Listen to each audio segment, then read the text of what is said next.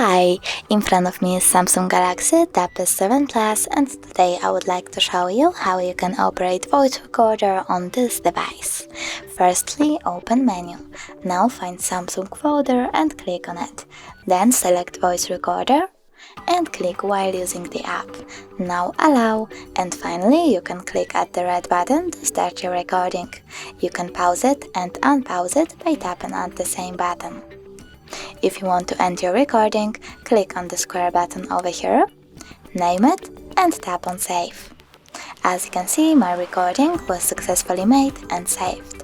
If you want to go to the screen from Recorder, all you need to do is click on List at the top right corner over here, and if you wish to delete your recording, hold it, tap on the bin icon over here, and choose Move to Recycle bin. Thanks so much for watching. If you enjoyed this video, don't forget to leave a like, comment and subscribe. Bye!